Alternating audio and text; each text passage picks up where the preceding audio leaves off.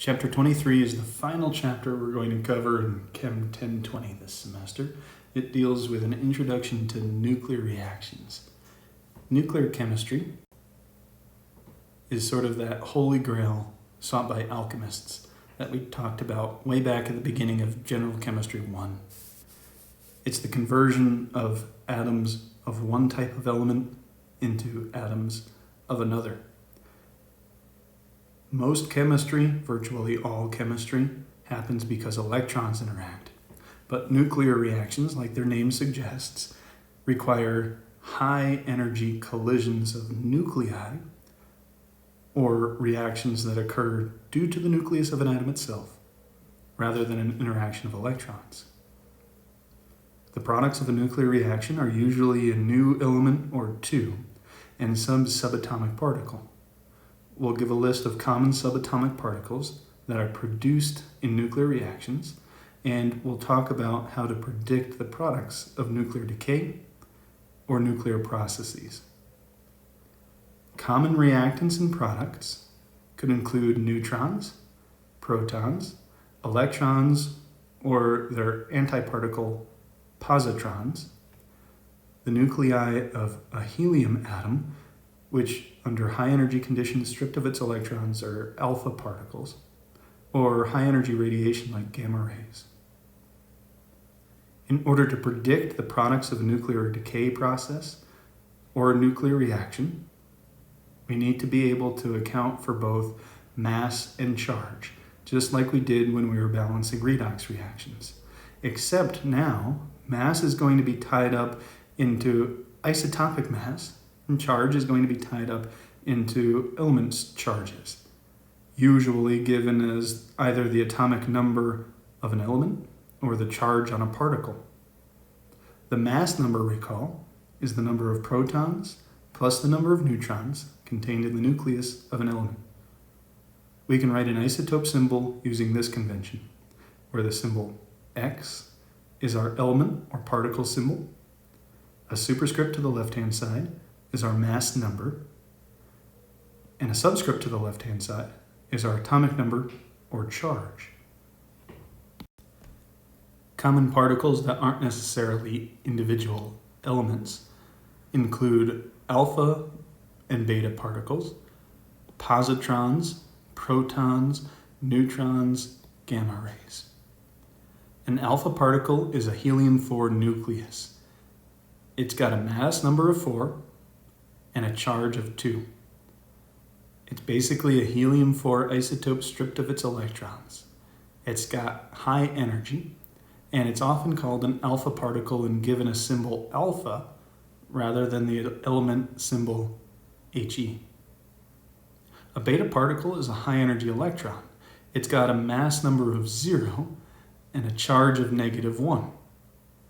These are high-energy electrons, and they're often symbolized beta rather than E. A positron is the antiparticle of an electron. It's got a mass number of 0, but it differs from an electron in terms of its charge. Where an electron has a -1 charge, a positron has a +1 charge. These are high-energy particles, and again, they're often given a symbol beta. Again, the difference between a beta particle electron and a beta particle positron is the charge itself, which makes these antiparticles of each other. A proton is a hydrogen nucleus, like we've talked about all semester long as we've discussed acids. The nuclei of a hydrogen atom in a nuclear reaction or process is often abbreviated P rather than H, to suggest that we've got a particle, a high-energy proton. A proton has a mass number 1 and a charge of 1. A neutron has no charge, but it does have mass. A neutron, symbol N, has mass number 1, charge 0. Gamma rays have neither mass nor charge, and so often we can write 0, 0 associated with a gamma ray. A gamma ray is a high-energy component of electromagnetic radiation. There are 4 common types of nuclear decay processes. In these nuclear reactions, the total mass and the total charge is conserved, meaning that we need to balance both the mass and charge on each side of a nuclear reactions equation. But we'll write these equations similarly to how we wrote chemical reactions in General Chemistry 1 and thus far through General Chemistry 2. In an alpha decay process, a substance loses an alpha particle or ejects a helium-4 nucleus. In a beta-minus decay, a neutron gets converted into a proton and an electron, a high-energy electron that's ejected as a beta particle. In positron or beta-plus emission, a proton is converted into a neutron and a positron, the antiparticle of the electron. That positron with high energy gets ejected. In an electron capture process, a proton absorbs an electron that's in an inner orbital to make a neutron. Light energy is emitted through this process. So I want to walk through examples of each of these 4 processes with you. As a reminder of the particles that we talked about on the last slide, here are common particles ejected or produced through nuclear decay processes. Let's think about an alpha decay.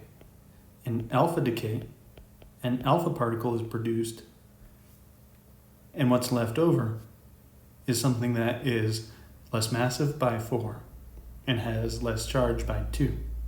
For example, when radium-226 undergoes alpha decay, radium, Ra, with a mass of 226 and an atomic number, so you'll need your periodic tables, of 88, will generate an alpha particle. That's a helium-4 nucleus. We give it the symbol alpha. It's got a mass of 4, a charge of 2. What we need to do to predict any other products of this nuclear reaction is to balance mass. So we need to balance this and balance charge. So we need to balance this on both sides of our reaction. In total, the mass on the left-hand side of our reaction is 226. Right now, the mass on the right-hand side of our reaction is only 4. To balance mass, we need an additional 222 mass units. So whatever our other product of this reaction is, it needs to have mass number 222.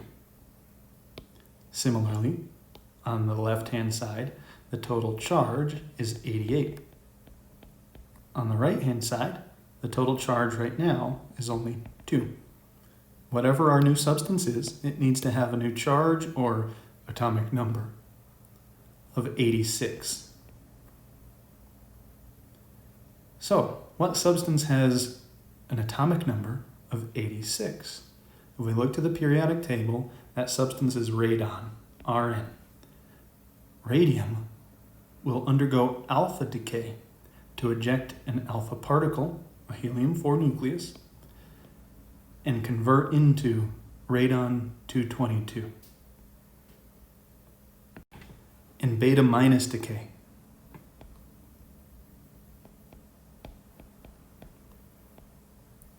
an energetic beta particle, a high-energy electron, is produced. For example, carbon-14 undergoes beta decay. Carbon-14, with mass 14 and atomic number 6, will eject a beta particle.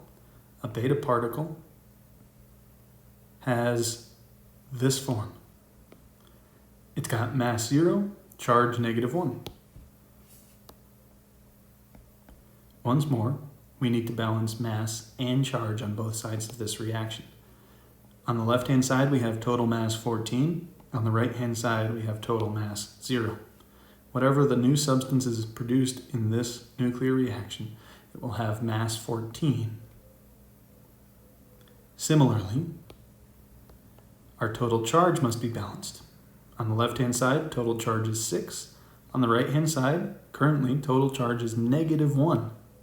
So, whatever our new substance is, it needs to have total charge or atomic number 7. What element has atomic number 7 but nitrogen?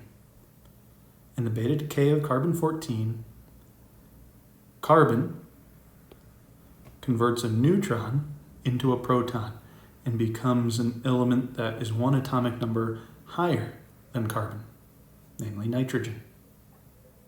The reverse process happens in positron emission. So in positron emission,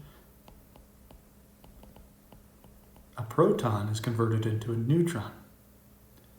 Carbon-11 undergoes positron emission.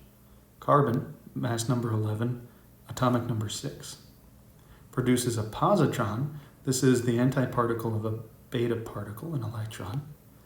The positron has mass 0, but charge positive 1. To balance mass, we'll recognize that whatever the other product of this positron emission is, it must have mass 11. And to balance charge, we'll recognize that whatever this product is must have charge or atomic number 5. If we look to the periodic table, the substance with atomic number 5 is boron, which is quite exciting. So we say that the positron emission of carbon-11 produces a positron, a high-energy antiparticle of an electron, and a boron atom. Lastly, in an electron capture process, a proton captures an electron to generate a new neutron. In this process, like when iron-55 undergoes electron capture, Fe, mass number 55, and atomic number 26, will gain an extra electron from its valence shell. So it will react with an electron who's got mass number 0, charge negative 1. Because this is not an ejected electron, we'll keep the symbol E intact on this left-hand side. This is not an emitted beta particle, high-energy electron. This is an electron from an inner orbital around the nucleus of the iron-55 atom.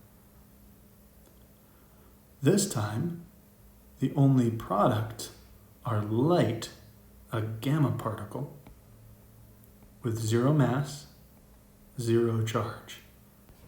Technically, this is not really a gamma particle in the electron capture process for iron-55. It's an X-ray, but the idea remains the same. It's emitted high-energy light that's got 0 mass and 0 charge. Whatever the case, X-ray notwithstanding, our total mass and total charge needs to be balanced on both sides of this nuclear process. On the left-hand side, our total mass right now is 55 mass units. Right now on the right-hand side, our total mass is only 0. So whatever our new element formed is, it must have total mass 55. The total charge on the left-hand side, right now, is 25. On the right-hand side, 0. So whatever our new element is, it must have charge or atomic number 25. The element with atomic number 25 is manganese, Mn. In the electron capture of iron-55, it produces high-energy light and a manganese atom. The question of what isotopes of which elements are stable has long played a role in our understanding of chemistry as a whole. There are 2 factors that affect the stability of isotopes. One is the ratio of numbers of neutrons to atomic number, which you can't see with this thing here. But as that ratio of number of neutrons to number of protons becomes bigger than 1, we run the risk of making more unstable isotopes. And what's more is when the total number of protons and neutrons, collectively called nucleons, gets large, above atomic number, well, it used to be 83, but now it's 82. There are no stable isotopes of elements. So the last element that's got stable isotopes on the periodic table is lead. Anything heavier than lead has no stable isotope at all. It was recently discovered within the last few years that bismuth has no stable isotopes. It's just that the most stable of bismuth's unstable isotopes has a half-life of 1.9 times 10 to the 19 years. That's 1 billion times longer than the age of the universe right now. So even though bismuth has no stable isotopes, it doesn't decay all that fast. Regardless, anything heavier than lead has no stable isotope. But generally speaking, what we can say is that known isotopes follow a so-called belt of stability. That's what this graph is plotting here. This belt of stability shows us that for small atomic numbers, when we have a ratio of number of neutrons to number of protons that's equivalent or equal to 1, that small lightweight elements are stable. As we go up and up and up in atomic number, we tend to need more neutrons to balance protons. This has to do with things like the weak nuclear force, which is a fundamental force of the universe, but beyond the scope of the class that we're in here.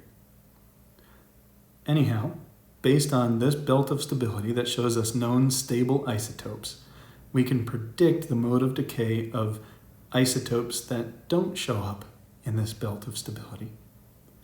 Things that are heavy with small numbers of protons have lots of neutrons and would like to undergo beta emission. Things that are light have very few neutrons compared to protons, tend to want to undergo positron emission or electron capture. Things that are above atomic number 82 tend to want to undergo alpha emission or alpha decay.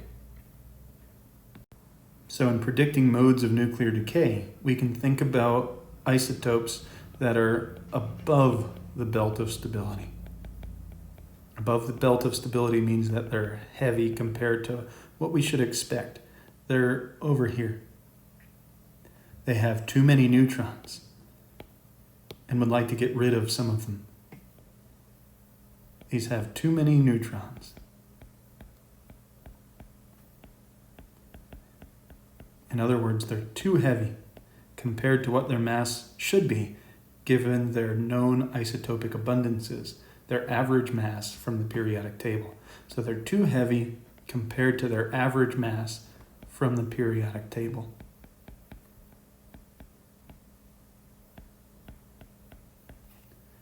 To get rid of some of those neutrons, they would like to convert a neutron into a proton and emit a high energy beta particle. That's beta emission or beta decay.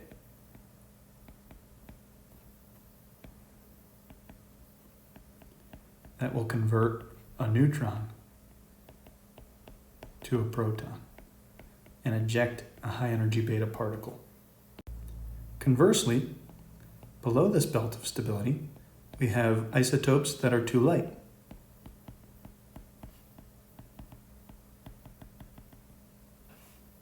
That's in this area down here, where we have too few neutrons, not enough. In other words, an isotope is too light compared to its average mass from the periodic table. Such an isotope would want to convert a proton into a neutron to increase its mass and decrease its overall charge. To do this, it can either undergo positron emission or electron capture.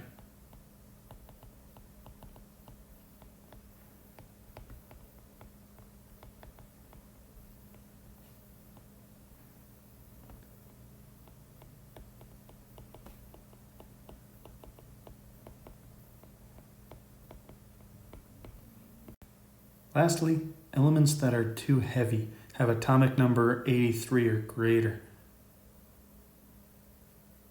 Will like to undergo alpha decay in order to shed some of their excess mass. So these are just too heavy in terms of total nucleons, protons plus neutrons combined, to really be stable. These need to shed mass.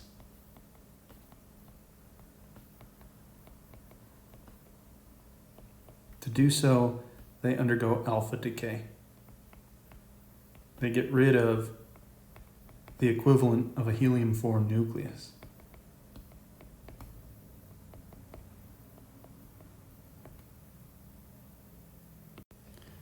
In order to assess the likely process that an isotope will undergo if it goes through nuclear decay, we can look for masses that are too high compared to the periodic table to predict beta decay. We can look for masses that are too low in an isotope compared to the periodic table for positron emission or electron capture. And then lastly, elements that have atomic number greater than 82 will likely undergo alpha decay. So we're going to take a look at three substances, boron-12, uranium-234, and lanthanum-127, and predict the likely decay routes for these unstable isotopes. Firstly, boron-12. Boron-12, atomic number 5, has a mass number 12.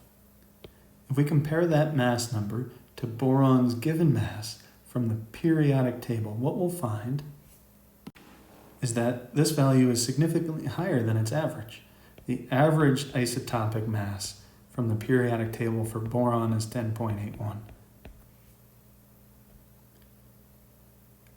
This particular isotope of boron is too heavy, so too many neutrons.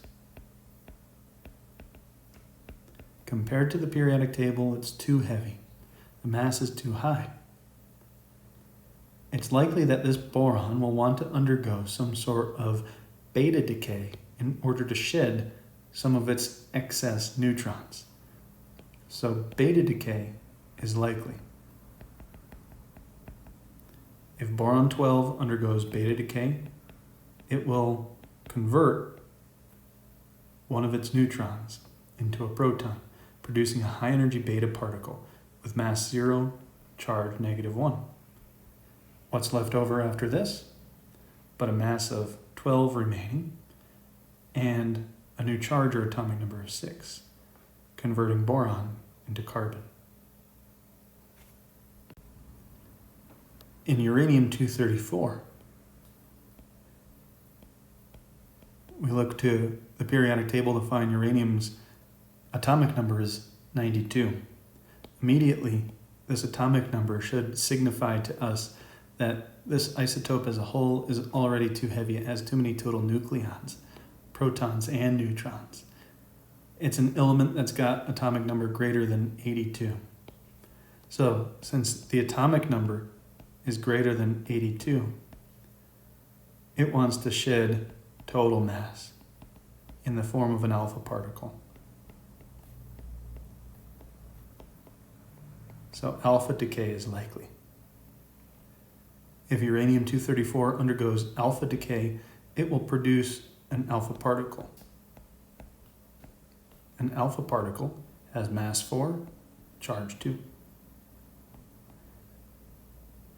The other product would have mass 230 and atomic number 90. The element with atomic number 90 is thorium, Th. Finally, in the isotope lanthanum-127, La-127, lanthanum has atomic number 57, and according to the periodic table, lanthanum's average mass should be 138.9. The mass of this isotope is significantly less than the average mass that the periodic table suggests. We're within the realm of stable isotopes, but this lanthanum isotope cannot be stable because its mass is too low. Being that the mass is too low, there are too few neutrons in this lanthanum isotope. This particular isotope is going to want to seek a higher mass at the expense of its protons. It can either undergo positron emission in order to convert one of its protons into a neutron and a positron, or electron capture to use up one of its electrons and convert a proton and an electron into a neutron. It's not necessarily clear which one is which, but we can write a process depicting both. In positron emission, lanthanum-127 will eject a positron, a beta plus particle with mass 0, charge +1. A resulting element would have mass 127 still, but overall atomic number 56. The element with atomic number 56 is barium, which has itself an average mass of 137 according to the periodic table. So maybe even this isotope continues to be unstable. In an electron capture process, alternatively, lanthanum-127 could capture one of its low-hanging electrons in a nearby orbital, producing a product with still mass 127 and atomic number 56. In either case, it generates barium-127. Data suggest that the preferred pathway is through positron emission.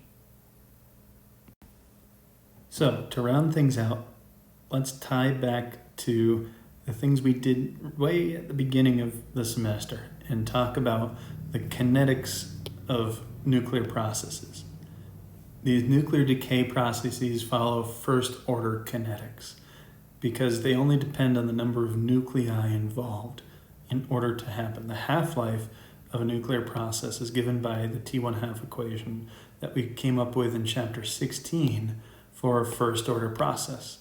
Any first-order process has a T1/2 or half-life of the natural log of 2 over a rate constant for that process, K.